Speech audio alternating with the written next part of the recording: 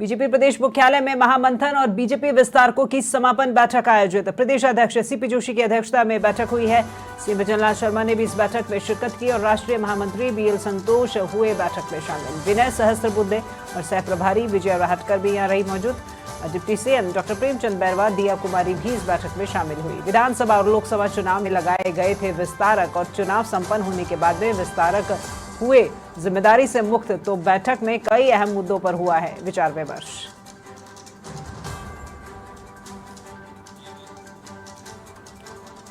तो प्रदेश अध्यक्ष सीपी जोशी की अध्यक्षता में बैठक हुई है। सीएम भजनलाल शर्मा ने भी इस बैठक में शिरकत की है। बैठक में कई अहम मुद्दों पर चर्चा की गई है, विचार विमर्श, महामंथन हुआ है।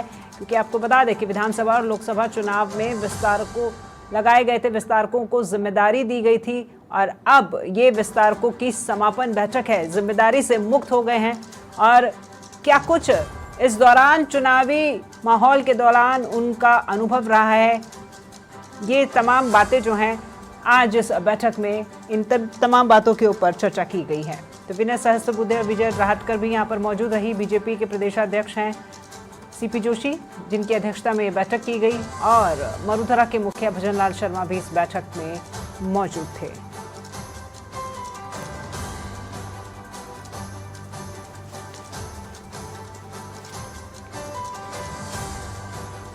बीजेपी राष्ट्रीय महामंत्री हैं बीएल संतोष, जो कि इस बैठक में शामिल थे, और साथ ही साथ विनय सहस्त्रबुद्धे के साथ सह प्रभारी विजया राहटकर भी इस बैठक में मौजूद थी।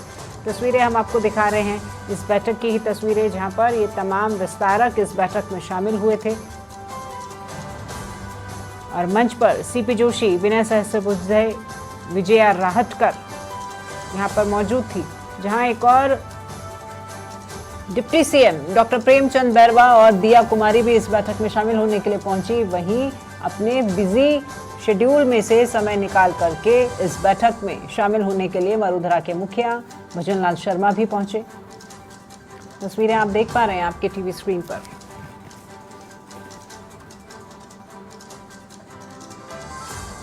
तो विधानसभा और लोकसभा चुनाव में विस्तारक लगाए गए थे। चुनाव संपन्न होने के बाद में इन विस्तारकों की जिम्मेदारी पूरी हुई। जिम्मेदारी से मुक्त होने के बाद में बैठक में कई अहम मुद्दों को लेकर के विचार विमर्श किया गया है।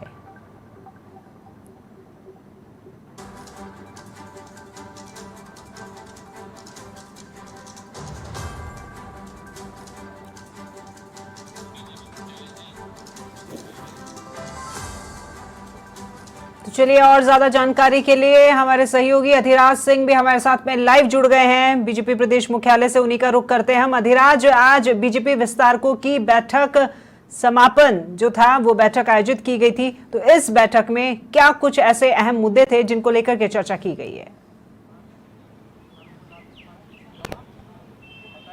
देखिए राखी, ये वो विस्तारक हैं जिनको विधानसभा चुनाव से पहले लगाया गया था, और ये जो फॉर्मूला निकल कर आया था विस्तारकों का, ये संघ से आया था। संघ की निर्देशन पर 2014 लोकसभा चुनाव के बाद से इन विस्तारकों को जिम्मेदारी दी गई थी और अलग अलग विधानसभाओं की जिम्मेदारी दी गई है। कई राज्यों में ये प्रयोग किया गया और विस्तारकों का प्रयोग बीजेपी के लिए काफ़ी अच्छा साबित हुआ। परिणाम कई राज्यों में चौंकाने वाले आए। उसके बाद में सभी राज्यों में विस्तारक नियुक्त किए गए।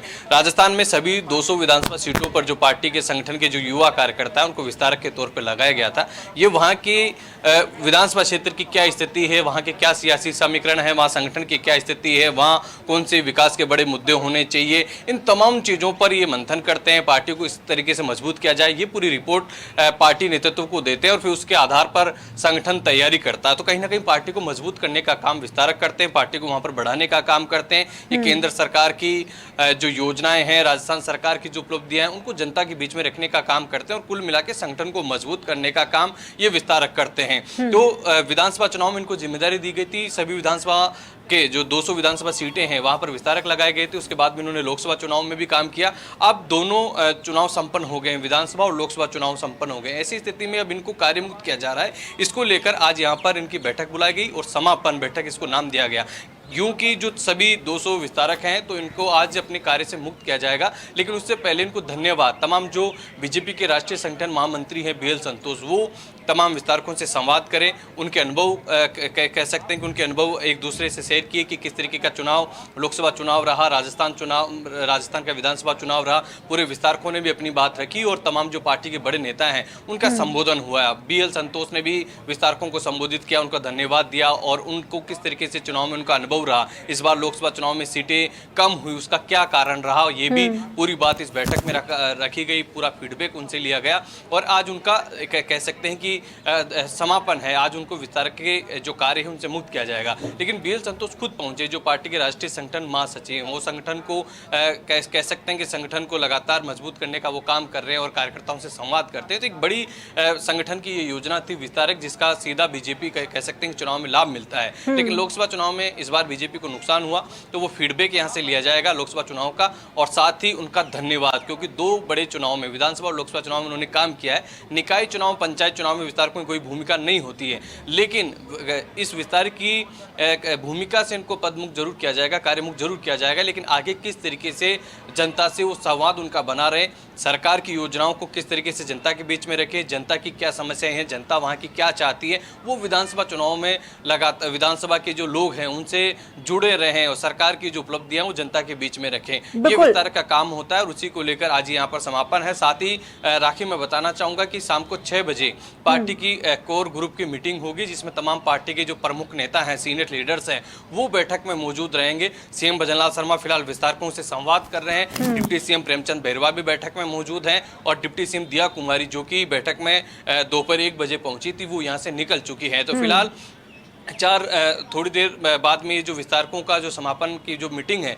ये खत्म होगी और उसके बाद में 6 बजे बाद कोर ग्रुप की मीटिंग शुरू होगी। उस कोर ग्रुप की मीटिंग में BL संतोष तमाम जो पार्टी के प्रमुख रणनीतिकार हैं, जो सीनियर लीडर्स हैं, उनसे चर्चा करेंगे। लोकसभा चुनाव में जिस तरीके से 11 सीटों पर नुकसान हुआ उसको लेकर फीडबैक लेकर उनसे चर्चा करेंगे और उसके बाद में, क्योंकि सबसे बड़ी बात यह है कि बजट सत्र आ रहा है और राजस्थान में एक बार फिर सियासी परीक्षा बीजेपी की होने वाली है, क्योंकि 5 सीटों पर विधानसभा उपचुनाव होने। उन विधानसभा उपचुनाव में पार्टी किस तरीके से परफॉर्मेंस करे, लोकसभा चुनाव में नुकसान हुआ लेकिन उपचुनाव में फिर से वापसी करे, उसकी रणनीति सवाल ही है अधिराज जो मैं आपसे पूछने वाली थी कि यहाँ पर फीडबैक तो लिया ही गया है, फीडबैक के साथ साथ जो कमियां रह गई हैं पार्टी की, वो कमियों से अब वो अवगत हो गए हैं। लेकिन भाजपा ऐसी पार्टी है कि आगामी जो उनके सामने चुनौती होती है, और उनके लिए चुनौती चुनाव ही होता है और चुनाव किसी चुनौती से कम नहीं है, उसको बखूबी निभाते हैं, पूरी प्लानिंग के साथ में चलते हैं। आपने कहा कि उपचुनाव होने वाले हैं, उसके बाद में निकाय के चुनाव और फिर पंचायत के चुनाव। हालांकि उनमें विस्तारकों की कोई भूमिका नहीं है, लेकिन विस्तारक इतने समय, लंबा समय वहां निकाल कर आए हैं तो उन्हें पता है कि वहां के समीकरण, उस क्षेत्र के समीकरण किस तरह के बने हुए हैं। अब उसी के आधार पर आगे की रणनीति तय की जाएगी। देखिए, निश्चित तौर पर निकाय और पंचायत चुनाव से पहले उपचुनाव होने हैं, विधानसभा उपचुनाव हैं। जो सांसद जीत कर गए हैं, विधायक, उनकी जगह उपचुनाव होंगे। प्रदेश की 5 सीटों पर उपचुनाव होने हैं। उपचुनाव का ट्रैक रिकॉर्ड देखा जाए तो पिछले 10 साल में बीजेपी के लिए बहुत अच्छा नहीं रहा। बीजेपी के लिए उपचुनाव कह सकते हैं कि चुनौती के तौर पर रहे। करीब 15 चुनाव हुए पिछले 10 साल में विधानसभा के और लोकसभा के। बीजेपी महज 3 उपचुनाव जीत पाई। ऐसी स्थिति में एक और बड़ा इम्तिहान, क्योंकि 5 उपचुनाव राजस्थान में होने हैं, उन उपचुनाव में किस तरीके से परफॉर्मेंस बीजेपी की रहेगी, क्योंकि पार्टी सत्ता में है राजस्थान में और सत्ता में चुनाव जीतना कह सकते हैं कि सरकार के कामकाज पर कहीं ना कहीं मुहर लगती है। इस तरीके से एक चुनौती बीजेपी के लिए रहेगी, इसलिए उपचुनाव को लेकर अब रणनीति बनाना बीजेपी ने शुरू कर दिया है। आज उपचुनाव को लेकर BL संतोष, तमाम पार्टी के जो सीनियर लीडर्स हैं, जो जब कोर ग्रुप की मीटिंग शुरू होगी तो उसमें चर्चा की जाएगी कि कौन से समीकरण रहेंगे और किस तरीके से उपचुनाव में ज्यादा से ज्यादा सीटें जीती जाए। 5 में से 3 या 4 सीटें जीती जाए। हालांकि ये वो सीटें हैं जहां पर बीजेपी का कोई भी विधायक नहीं है, तमाम विपक्ष की सीटें थी, चाहे कांग्रेस की हो, चाहे वो बाप की हो, चाहे RLP की हो। लेकिन सत्ता के लिए कहीं ना सत्ताधारी पार्टी के लिए एक चुनौती रहती है उपचुनाव को जीतना, क्योंकि सरकार के कामकाज से जोड़कर उपचुनाव को देखा जाता है। इसलिए एक चुनौती रहेगी और आगे किस तरह की रणनीति बनाई जाए, जो खामियां, जो कमियां लोकसभा चुनाव में रही उसको उपचुनाव में दुरुस्त किया जाए और एकजुटता के साथ सरकार की उपलब्धियों के साथ चुनाव लड़ा जाए, तो उसकी रणनीति भी बीजेपी आज से यहाँ पर बनाने की शुरुआत करेगी। साथ ही BL संतोष तमाम जो पार्टी के सीनियर लीडर्स हैं उनको दिशा निर्देश देंगे, एकजुट होकर सत्ता और संगठन में तालमेल होकर काम करे ताकि जनता को भी लाभ मिले और पार्टी मजबूत हो। और इस लोकसभा में जिस तरीके का नुकसान हुआ इसको भूलकर, इसकी कमियां खामियों को सुधार कर आगे जो तमाम चुनाव आने वाले हैं, चाहे उपचुनाव हो, चाहे पंचायत चुनाव, निकाय चुनाव हो, करने की कोशिश करेंगे।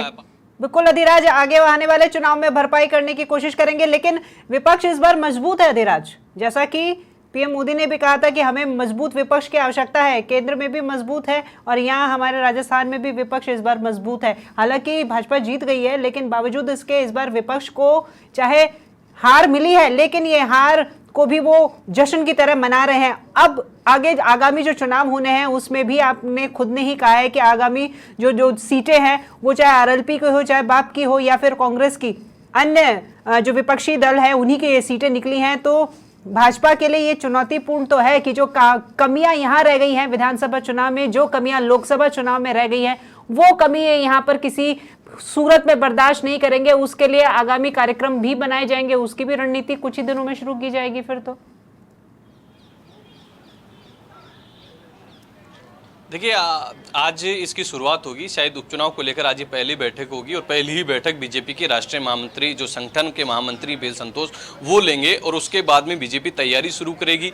वहाँ की सियासी समीकरणों को फिर से टटोलने की कोशिश की जाएगी। तमाम वो जो सीटें हैं जो बीजेपी के लिए काफ़ी टफ रहने वाली है, क्योंकि सभी जगह विपक्ष का कब्जा है, ऐसे कैसे विपक्ष के से ये सीटें छीन कर लाई जाए, ताकि एक मैसेज दिया जाए कि विधानसभा चुनाव में भले इन सीटों पर बीजेपी चुनाव नहीं जीत पाई, लेकिन सरकार के 6 महीने के कामकाज से कहीं ना कहीं सीटों को जीतने में कामयाब हुए हैं। तो इसका मतलब ये एक कहने के लिए एक मैसेज रहेगा कि सरकार के कामकाज से जनता खुश है और यही कारण है कि विपक्ष की सीटें बीजेपी के खाते में आई। इसलिए बीजेपी पुरजोर कोशिश करेगी और कल से रणनीति देखने को मिलेगी। कल से उपचुनाव को लेकर फिर से बैठकों का दौर शुरू होगा। आज बीएल संतोष प्रमुख नेताओं से चर्चा करेंगे, उसके बाद में वहाँ स्थानीय लीडरशिप से वहाँ के समीकरणों को लेकर वहाँ की जो जिला इकाई है उनके साथ प्रदेश की जो टीम है, सीपी जोशी और सह प्रभारी विजय राठकर और प्रमुख नेता वहां की मीटिंगें लेंगे। कल उनका मीटिंगों का दौर शुरू होगा। उसके बाद में वहां के स्थानीय जो समीकरण हैं उनको साधने की कोशिश करके उपचुनाव में पार्टी किसी भी तरीके से कुछ सीटों पर जीत की कोशिश करेगी, जो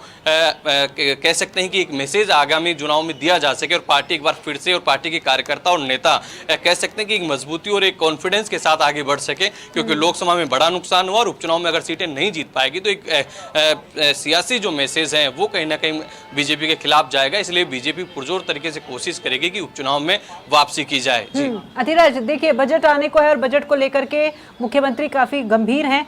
ऑनलाइन सुझाव भी आए हैं और उसी के साथ साथ प्री बजट बैठकों का दौर भी जारी है, सबसे संवाद कर रहे हैं। अब हम बात करते हैं यहाँ पर बैठे ये विस्तारकों की, जिससे अंदर संवाद चल रहा है। तो क्या ये भी, इसकी भी हम संभावना लगा सकते हैं कि आगामी बजट आने वाला है और क्योंकि ये विस्तारक एक एक क्षेत्र में रह करके आए हैं तो इनको वहाँ के समीकरण, यहाँ की कमियां, किस चीज़ की ज़्यादा आवश्यकता है वो बजट में ये लाएं, जिससे इनको आगे आने वाले चुनाव में भी उसका फायदा मिल सके। जनता से जुड़े रहें, जनता की स्थितियों को जानें, जनता से संवाद करें, वो क्या चाहते हैं, उनकी क्या समस्याएं हैं और फिर संगठन और सरकार दोनों मिलकर उनका समाधान करें। क्योंकि सीएम खुद संगठन के आदमी रहे तो निश्चित तौर पर वो जब कार्यकर्ता विस्तारकों को संबोधित करेंगे तो सरकार किस तरीके से जनता को ज़्यादा से ज़्यादा लाभ पहुँचा सकती है, किस क्षेत्र में क्या समस्याएँ हैं, किस तरीके से उनका समाधान किया जा सके। और वो बार बार कार्यकर्ताओं से अपील भी करते हैं कि वो सरकार के साथ कंधा से कंधा मिलाकर वो जो जनता से जुड़े काम है, जनता की जो समस्याएं हैं उनका समाधान करें। यही कारण है कि प्रदेश भाजपा मुख्यालय में जन सुनवाई भी शुरू की गई। पार्टी के पदाधिकारी जन सुनवाई करते हैं ताकि तमाम जो लोग आए, वो अब तक संगठन के नेताओं का काम था कि संगठन को मजबूत करना, लेकिन अब राजस्थान में चुनाव नहीं है फिलहाल, तो चुनाव के नहीं है, तो ऐसी स्थिति में संगठन के लोग भी सरकार की तरह सरकार का सहयोग करें और जनता की जो सेवा है उसको कहीं ना कहीं आगे बढ़ाएं, जनता की समस्याओं का समाधान किया जाए। तो सरकार, सत्ता और संगठन दोनों मिलकर कहीं ना कहीं सरकार के कामकाज को आगे बढ़ाने की कोशिश कर रहे हैं। तो एक डबल इंजन सरकार के भीतर ही हो, कि हमेशा अमूमन होता है कि संगठन का काम करता है और सरकार का काम करती है, लेकिन बीजेपी की कोशिश है, सीएम लगातार कार्यकर्ताओं से अपील भी करते हैं कि वो आगे आए और जनता की समस्याओं के समाधान के लिए सरकार का सहयोग करें और सरकार की योजनाएं हैं उनका ज्यादा से ज्यादा प्रचार प्रसारित करें ताकि लोगों को लाभ मिल सके। जी बिल्कुल, धन्यवाद अधिराज आपका हमारे साथ जुड़ने के लिए, इस तमाम जानकारी के लिए। और आपको इसी बीच सुनाते हैं क्या कुछ कहा था डिप्टी सीएम दिया कुमारी ने। नहीं, देखिए बहुत सारी चर्चाएं हुई, वो पार्टी की बातें हैं, नहीं उनके बोलने से कुछ नहीं होता है। अब जैसा कि मैंने कहा, हमारी जो पार्टी है, संगठन है, कार्यकर्ता हैं, बहुत हमारी रीढ़ की हड्डी है। और जो आज जब हम लोग इस तरह की फीडबैक मीटिंग्स होती हैं उसमें बातें भी निकल के आती हैं, आगे हमको क्या करना चाहिए उसके लिए भी हम लोग सभी का उनके सुझाव भी लेते हैं।